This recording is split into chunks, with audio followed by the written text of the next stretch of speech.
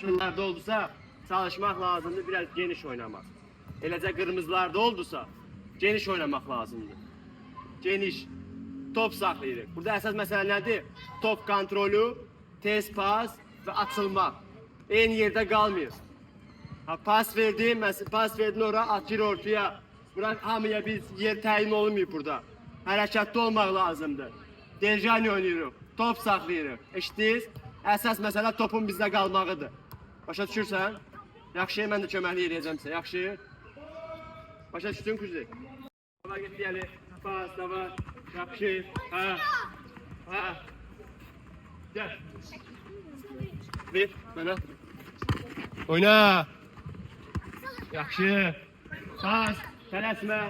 Pas oyna. Ha, burada iş oyna. Tez deyil. Mən də varam. Ha, basa.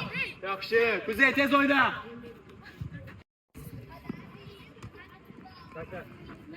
Yaxşı.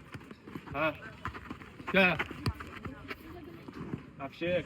Tez oyna.